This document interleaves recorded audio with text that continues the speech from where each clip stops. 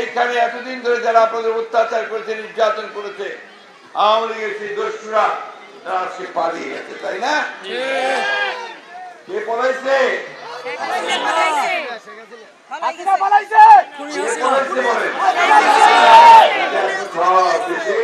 বাংলাদেশের একটাই কথা, যে পলাইছে পলাইছে, তাই না? কেন পালিয়েছে? দেশের উপর এত অত্যাচার করেছে, এত নির্যাতন করেছে, এত মানুষ মেরেছে, ছেলেদের বাচ্চাদের মেরেছে, যার ফলে আজকে তাকে দেশের মানুষ তাড়িয়ে দিয়েছে। এখন আসুন আমরা সবাই ঐক্যবদ্ধ হই, আমরা যেন ঐক্য ভেঙে না ফেলে, বিনষ্ট না করে আমরা যেন কাজ করি। আমাদের একটা এখন নতুন সরকার আমরা দায়িত্ব দিয়েছি, ছাত্ররা দায়িত্ব দিয়েছে, তারা দেশটার এই জঞ্জালগুলো সাফ করবেন, সাফ করে একটা নির্বাচনের ব্যবস্থা করবেন। সেই নির্বাচনের মধ্য দিয়ে নতুন করে পার্লামেন্ট সরকার গঠন হবে। রাতারাতি তো সবকিছু হয়ে যাবে না। এই 15 বছরের যে জঞ্জাল, সেই জঞ্জালকে সাফ করতে সময় লাগে, কিন্তু আপনার 3 মাসের মধ্যে কিছুটা পুরোপুরি সম্ভব? অনেক কাজ করবেন, তাই না? শান্তি শৃঙ্খলা ফিরে এসেছেন তো? আওয়ামী লীগের লোক কি অত্যাচার করতে পারে? পারেছে না? তাদের কাজ শুরু হয়েছে, তাই না? এখন ওনাদেরকে একটু সময় দিতে হবে।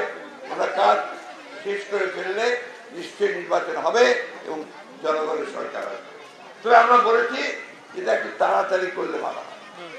আরেকটা কথা, পত্রিকায় একটু ভুল করে বিভ্রান্তিমূলক একটা হয়তোবা ভুলভুলামিতে ছড়ানো হচ্ছে, যে আমরা নাকি বলেছি, সেটা আপনার ওই অ্যাডভাইজার সাহেবকে কোট করে বলেছে যে আওয়ামী লীগকে রাজনীতি করার সুযোগ নাকি আমরা দিচ্ছি।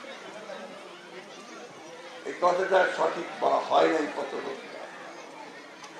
আমরা খুব পরিষ্কার করে আমাদের অবস্থা পরিষ্কার করেছি। আমরা বলেছি যে আমাদের একটা রাজনৈতিক দল, কে নির্বাচন করবে, কে রাজনীতি করবে, কে রাজনীতি করবে না, সেটা তো নির্ধারণ করবে জনগণ। আমি একটা রাজনৈতিক দল হিসেবে তো সেই নির্ধারণ করতে পারি না। সুতরাং এখানে কোনো ভুল বুঝাবুঝির অবকাশ নাই।